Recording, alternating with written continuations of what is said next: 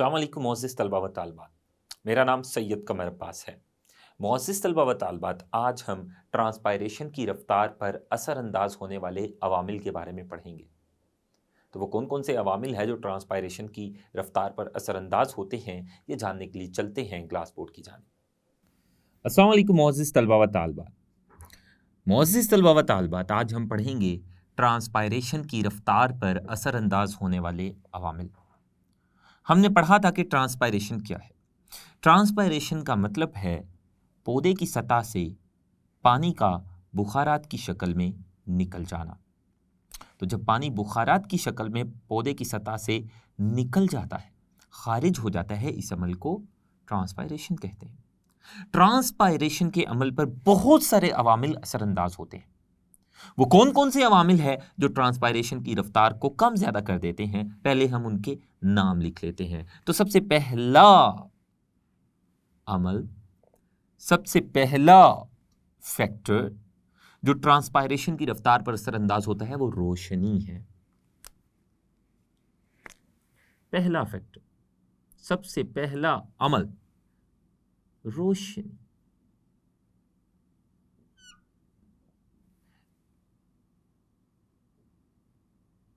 दूसरा फैक्टर जो ट्रांसपायरेशन की रफ्तार पर असरअंदाज होता है वो है टेम्परेचर।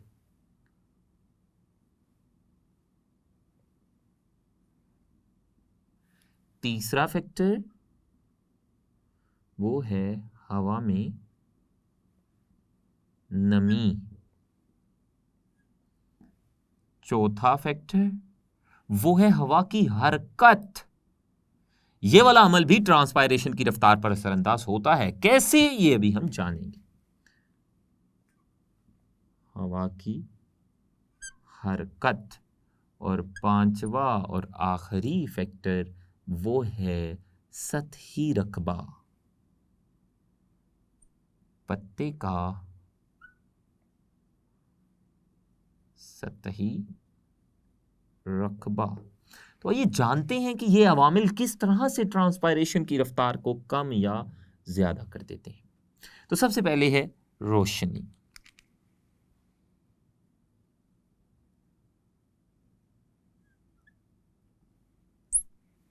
जब तेज रोशनी होती है, तेज रोशनी में ट्रांसपायरेशन का अमल बहुत तेजी से होता है, यानी पानी बुखारात की शक्ल में बड़ी तेजी से पौधे की सतह से बाहर निकलता है तेज रोशनी की मौजूदगी में।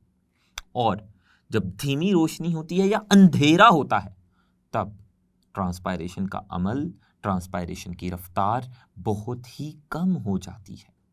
तो रोशनी ने ट्रांसपायरेशन की रफ्तार पर अपना असर दिखाया। तो हमने पढ़ा, जो तेज रोशनी होती है,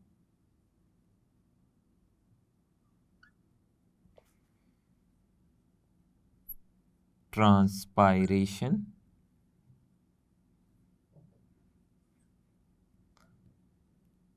की रफ्तार तेज करती है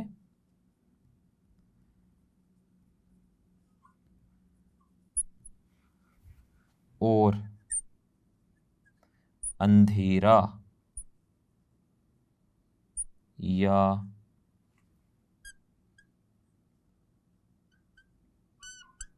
धीमी रोशनी, जो मध्यम रोशनी होती है,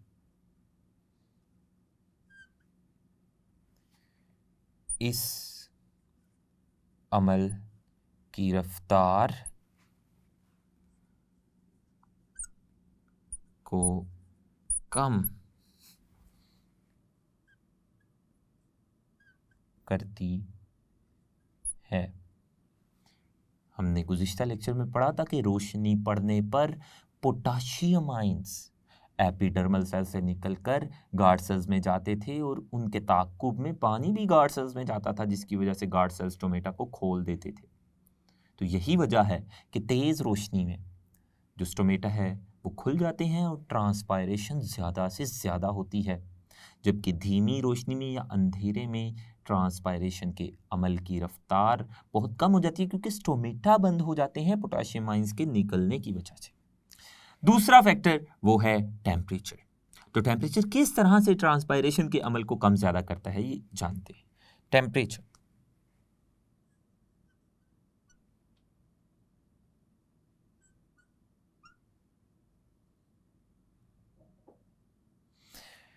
टेम्परेचर अगर ज्यादा टेम्परेचर हो, ज्यादा टेम्परेचर होने की वजह से हवा में जो नमी होती है वो बहुत कम हो जाती है या हवा खुश्क हो जाती है।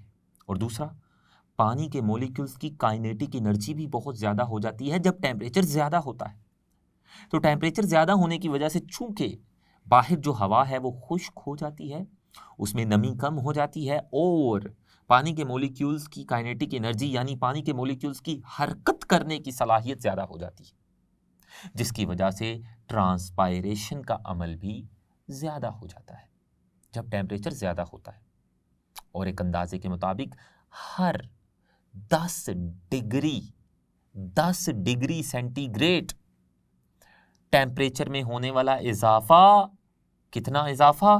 10 सेंटीग्रेड इजाफा, 10 डिग्री सेंटीग्रेड इजाफा टेम्परेचर में, हर 10 सेंटीग्रेड होने वाला इजाफा वो ट्रांसपायरेशन के अमल को दुगना कर देता है। यानी अगर 10 सेंटीग्रेड टेम्परेचर पर जो ट्रांसपायरेशन है उसकी रफ्तार अगर 10 है, तो अगर हम टेम्परेचर को 10 डिग्री सेंटीग्रेड से 20 डिग्री सेंटीग्रेड कर देंगे तो ट्रांसपायरेशन की जो रफ्तार है ये भी दुगनी हो जाएगी, यानी ये भी 20 पर पहुंच जाएगी। तो हमने क्या पढ़ा कि जो टेम्परेचर है, टेम्परेचर का ज़्यादा होना ट्रांसपायरेशन के अमल की रफ्तार को तेज़ कर देता है। तो यह हम लिख लेते हैं कि जो ट्रांसपायरेशन के अमल है टेम्परेचर के ज़्यादा होने से ज़्यादा होता है। टेम्परेचर का ज़्यादा होना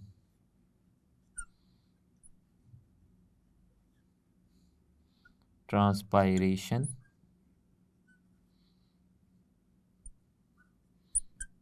की रफ्तार को बढ़ा देता है। उसकी वजह मैंने आपको बताई, क्योंकि टेम्परेचर ज़्यादा होने की वजह से पानी के मॉलिक्यूल्स की काइनेटिक एनर्जी ज़्यादा हो जाती है। काइनेटिक एनर्जी अगर पानी के मॉलिक्यूल्स की ज़्यादा हो जाएगी तो वो ज़्यादा तेज़ी से हरकत करेंगे, ज़्यादा तेज़ी से पानी के बुखारात पत्ते की सतह से निकलेंगे और ट्रांसपायरेशन की रफ्तार भी तेज़ हो जाएगी। और जो ट्रांसपायरेशन का अमल है ये दुगना हो जाता है टेम्परेचर में होने वाले हर 10 सेंटीग्रेड इजाफे पर। तो ये भी हम लिख लेते हैं, अगर टेम्परेचर में 10 डिग्री सेंटीग्रेड का इजाफा होगा तो ट्रांसपायरेशन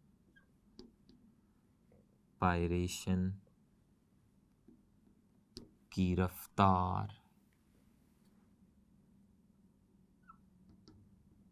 भी दुगनी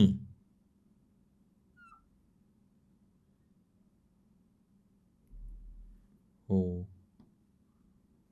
जाएगी।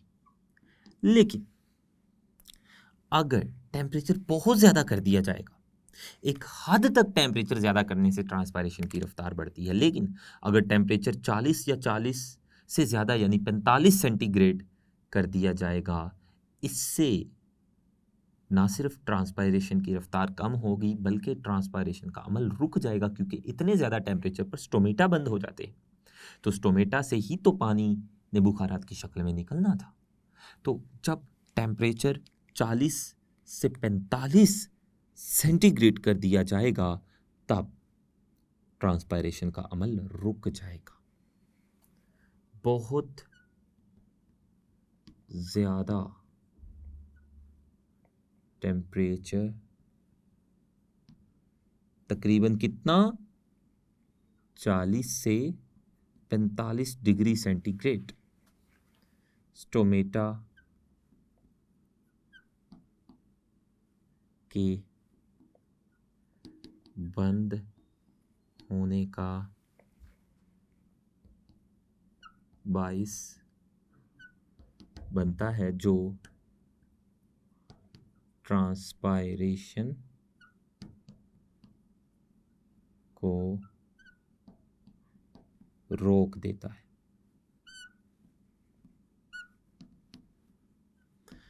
तीसरा फैक्टर जो ट्रांसपायरेशन की रफ्तार पर असरअंदाज होता है वो है हवा में नमी।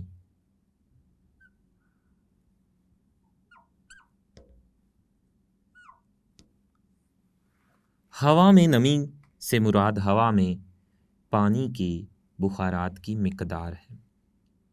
अगर हवा में पानी के बुखारात की मिकदार या तादाद बहुत ज़्यादा होगी तो उस हवा की नमी भी बहुत ज़्यादा होगी। अगर उस हवा में पानी के बुखारात की मिकदार या तादाद कम होगी तो उस हवा में नमी भी कम होगी, यानी वो खुश्क हवा होगी। तो खुश्क हवा में ट्रांसपायरेशन की रफ्तार ज़्यादा होती है बनिस्बत ज़्यादा नमी वाली हवा में। जिस हवा में नमी ज़्यादा हो उस हवा में ट्रांसपायरेशन की रफ्तार कम हो जाती है। आखिर इसकी वजह क्या है? वजह ये है कि जो हवा खुश्क होती है, खुश्क हवा में जो पानी के बुखारात है वो मीज़ोफिल सेल से एयर स्पेसिस में आते हैं बड़ी तेज़ी से, और एयर स्पेसिस से वो बाहर हवा में निकल जाते हैं और बड़ी तेज़ी से उनकी डिफ्यूजन होती है खुश्क हवा में। लेकिन जो हवा नमी में ज़्यादा हो उस हवा में डिफ्यूजन की जो रफ्तार है वो कम हो जाती है, इसलिए ट्रांसपायरेशन की रफ्तार भी कम हो जाती है। ये एक पत्ता है, ये पत्ते की दो सतहें हैं। ऊपर वाली सतह को अगर आपको याद हो हमने पढ़ा था बालाई एपिडर्मिस कहते हैं, जबकि जो नीचे वाली सतह है उसको ज़ेरी एपिडर्मिस कहते हैं। उसी नीचे वाली सतह में गार्ड सेल्स के दरमियान स्टोमेटा होते हैं, जैसा कि आप देख सकते हैं, और इन्हीं पत्ते की दो सतहों के दरमियान मीज़ोफिल सेल्स थे। ये सारी साख्त हम गुज़िश्ता लेक्चर्स में पढ़ चुके हैं। ये मीज़ोफिल सेल्स हैं और इन मीज़ोफिल सेल्स में पानी मौजूद होता है। ये पानी है, ये पानी है, और ये पानी जब मीज़ोफिल सेल से बाहर आता है तो ये बुखारात में तब्दील हो जाता है। बाहर ये एयर स्पेसिस हैं, तो ये एयर स्पेसिस में पानी आएगा और पानी इन एयर स्पेसिस से स्टोमेटा के ज़रिए बाहर पानी के बुखारात बाहर हवा में निकल जाएंगे। तो अगर तो ये हवा जो बाहर है पत्ते की सतह से, इसकी नमी कम होगी यानी ये खुश्क होगी, तो पानी के मॉलिक्यूल्स की जो हरकत है, जो डिफ्यूजन है, उसकी रफ्तार ज़्यादा हो जाएगी और ट्रांसपायरेशन भी तेज़ हो जाएगी। और अगर हवा में नमी बहुत ही ज़्यादा है तो फिर पानी के जो मॉलिक्यूल्स हैं उनकी डिफ्यूजन की रफ्तार कम हो जाएगी और पानी के मॉलिक्यूल्स बड़ी आहिस्ता से मीज़ोफिल सेल से बाहर एयर स्पेसिस में आएंगे और एयर स्पेसिस से बड़े आहिस्ता वो स्टोमेटा के ज़रिए बाहर निकलेंगे, यानी ट्रांसपायरेशन की रफ्तार कम हो जाएगी। तो हमने पढ़ा कि खुश्क हवा में, यानी खुश्क हवा ऐसी हवा जिसमें नमी कम होगी, खुश्क हवा में ट्रांसपायरेशन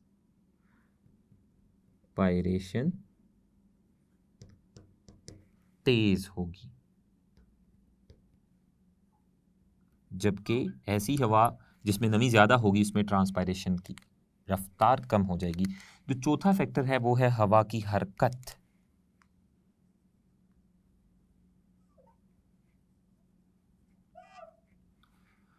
अगर पत्ते के बाहर जो हवा की हरकत है वो तेज़ होगी, हवा बड़ी तेज़ी से हरकत कर रही होगी, तो ट्रांसपायरेशन का अमल भी, उसकी रफ्तार भी तेज़ होगी। और अगर हवा रुकी हुई है या अगर हवा की रफ्तार कम है तो ट्रांसपायरेशन की जो रफ्तार है वो भी कम होगी। हवा की हरकत तेज़ होने से इन मीज़ोफिल सेल्स की सतह से पानी के तबखीर का अमल तेज़ हो जाता है। तबखीर यानी पानी का बुखारात की शक्ल में तब्दील होना। तो जितनी तेज़ी से बुखारात बनेंगे उतनी तेज़ी से बुखारात पत्ते की सतह से बाहर निकलेंगे। तो पानी कि तबखीर का जो अमल है, पानी का बुखारात में तब्दील होने का जो अमल है, ये ऐसी हवा जो बहुत तेज़ी से हरकत कर रही हो, ये अमल उसमें तेज़ हो जाता है, जिसकी वजह से ट्रांसपायरेशन भी तेज़ हो जाती है। और जो तेज़ हवा है, हरकत करती हुई हवा है, वो पानी के बुखारात को बड़ी तेज़ी से पत्ते की सतह से दूर ले जाती है, जिसकी वजह से पत्ते की सतह के इर्द-गिर्द ज़्यादा पानी के बुखारात नहीं होते और वो हवा खुश्क भी होती है। इसीलिए पत्ते से ट्रांसपायरेशन का जो अमल है, इसकी रफ़्तार तेज़ हो जाती है। तो हवा की हरकत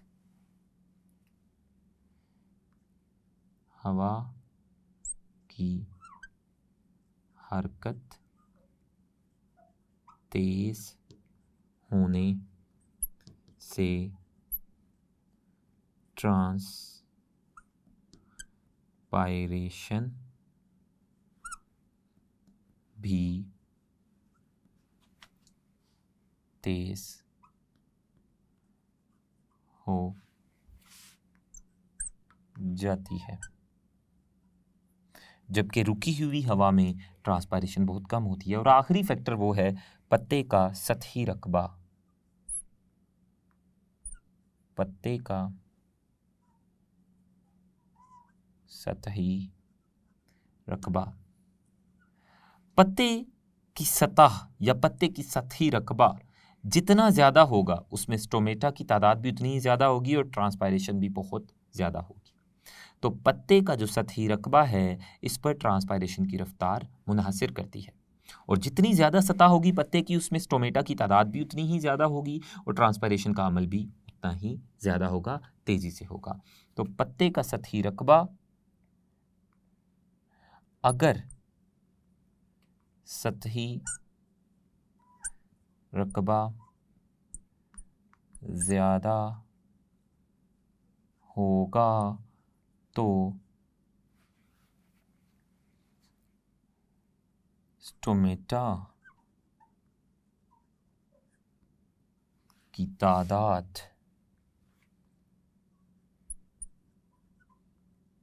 भी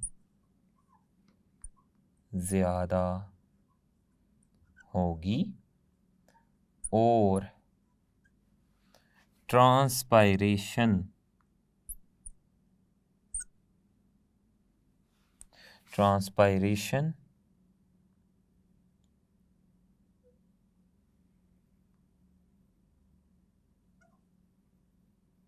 की रफ्तार भी तेज़ होगी। तो ये आज हमने ट्रांसपायरेशन की रफ्तार पर असरअंदाज होने वाले अवामिल के बारे में पढ़ा। मुअज़्ज़िज़ तलबा व तालिबात, आज हमने उन अवामिल के बारे में इल्म हासिल किया जो ट्रांसपायरेशन की रफ्तार पर असरअंदाज होते हैं।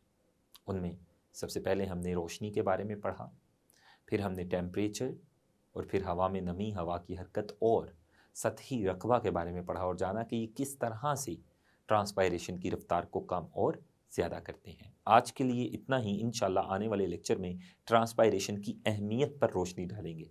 अल्लाह हाफ़िज़।